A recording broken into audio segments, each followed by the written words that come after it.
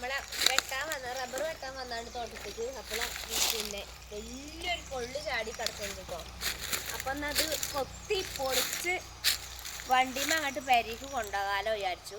അപ്പം അതിന് വേണ്ടിയിട്ടാണ് കൊത്തുന്നത്. അപ്പം ഞാനൊന്ന് കൊത്തി നോക്കുകയാണ്. ഞാൻ കൊത്തിയാൽ അല്ലാതെ പൊളിയൊന്നുമില്ല, കുഞ്ഞാണിയൊക്കെ കൊത്തിയാൽ തന്നെ ഉള്ളു പൊളിയ.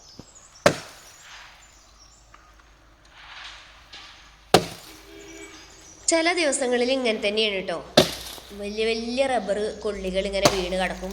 അപ്പോൾ അതെടുത്തിട്ട് ഞങ്ങൾ കൊത്തി പൊളിച്ചിട്ടാണ് വീട്ടിലേക്ക് കൊണ്ടുവരല്.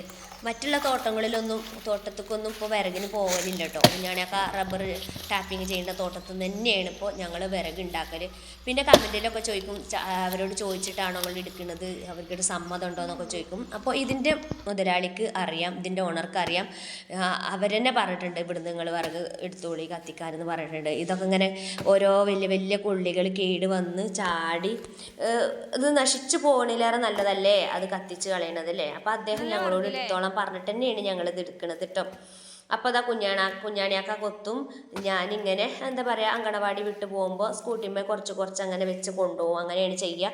ഇവിടുന്ന് വീട്ടിലേക്ക് ഒരുപാട് കിലോമീറ്റർ പോകാനുണ്ട്. അപ്പോൾ ഏറ്റിക്കൊണ്ടുപോകൽ നടക്കൂല. അപ്പോൾ വണ്ടീൻ്റെ മുന്നിൽ സ്കൂട്ടിൻ്റെ ഫ്രണ്ടിൽ വെച്ചിട്ടാണ് കേട്ടോ കൊണ്ടുപോകുക. അപ്പോൾ ഇങ്ങനെ കാര്യങ്ങളൊക്കെ വിറക് കൊത്താറുണ്ടോ, വിറക് ഉണ്ടാക്കലുണ്ടോ, അങ്ങനെയുള്ള വിറക് നിങ്ങൾക്ക് ഇങ്ങനെ ഉണ്ടാക്കണ ഇഷ്ടമാണോ എന്നെല്ലാം നിങ്ങളുടെ അഭിപ്രായങ്ങളും നിർദ്ദേശങ്ങളൊക്കെ കമൻറ്റിലൂടെ അറിയിക്കണേ. അപ്പോൾ അതിങ്ങനെ കൊത്തി കുഞ്ഞാണിയാക്ക കൊത്തി കൂട്ടി വെക്കുമ്പോൾ ഞാനത് വാരി അപ്പുറത്ത് വണ്ടീൻ്റെ അടുത്ത് റോഡ് സൈഡിൽ കൊണ്ടുപോയിടും. എന്നിട്ട് അവിടെ അട്ടി വെക്കും. എന്നിട്ട് അവിടുന്ന് ഓരോ ദിവസം അങ്കണവാടി വിട്ട് പോരുമ്പോൾ ചിലപ്പോൾ കുഞ്ഞാണിയാക്കി ബൈക്കിന് വെച്ചിട്ട് ഇത് കെട്ടി കൊണ്ടുവരലുണ്ട്. കുഞ്ഞാണിയാക്കിയും കൊണ്ടുവരലുണ്ട്, ഞാൻ മാത്രമല്ല. അപ്പം അങ്ങനെയാണ് ചെയ്യാൽ. അപ്പോൾ ഇതാ റബ്ബറിൻ്റെ നല്ല അടിപൊളി വിറകാണ് കേട്ടോ. എല്ലാവർക്കും ഇഷ്ടമാവും ഇങ്ങനത്തത് കത്തിക്കാനല്ലേ. പിന്നെ നമ്മൾ ഒരുപാട് ക്യാഷ് കൊടുത്തിട്ട് നമ്മൾ ഗ്യാസൊക്കെ നിറക്കണതല്ലേ. അപ്പോൾ ഗ്യാസൊക്കെ കത്തിക്കുന്നതിന് പകരം നമ്മൾ വിറകൊക്കെ കത്തിച്ച് വിറകടുപ്പത്ത് ഉണ്ടാക്കുമ്പോൾ അതിനൊരു ടേസ്റ്റ്, അതിനൊരു രുചി, അധ്വാനിച്ചിട്ട് അതൊരു വേറെ ലെവലാണ് കേട്ടോ. അപ്പോൾ അതാ കുഞ്ഞാണിയാക്ക ഇതിനൊക്കെ നല്ല എക്സ്പീരിയൻസ് ഉള്ള ആളാണ് കേട്ടോ, വിറക് വെട്ടാനും കൊത്താനും ഒക്കെ. കുഞ്ഞാണിയൊക്കെ ഉള്ളതുകൊണ്ട് ഞാൻ കഴിച്ചില്ലായിട്ടോ, അത് പറഞ്ഞാൽ മതിയല്ലോ.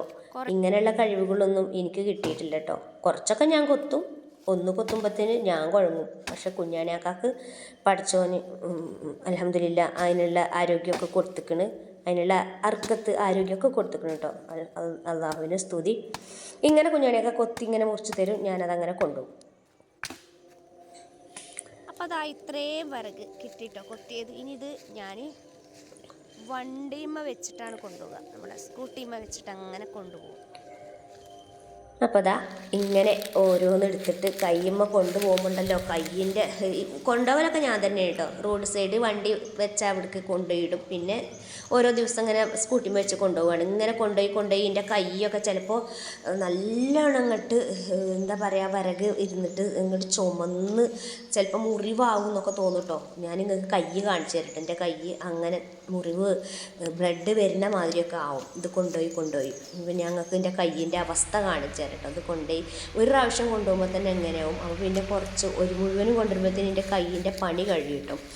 അപ്പോൾ നമ്മൾ ജോലി കയ്യിന് തഴമ്പ് വന്നാൽ അങ്ങനെയുള്ള കുഴപ്പമൊന്നും ഉണ്ടാവില്ല. തഴമ്പില്ലാത്തതിൻ്റെ കുഴപ്പമാണ്. ഞാൻ ജോലി ചെയ്യും എന്നാലും തഴമ്പ് വരുന്നേ ഉള്ളൂ. അപ്പോൾ കണ്ടോ എൻ്റെ കൈ. അല്ലാ, ഇത്രയേ ഉള്ളൂ ഇന്നത്തെ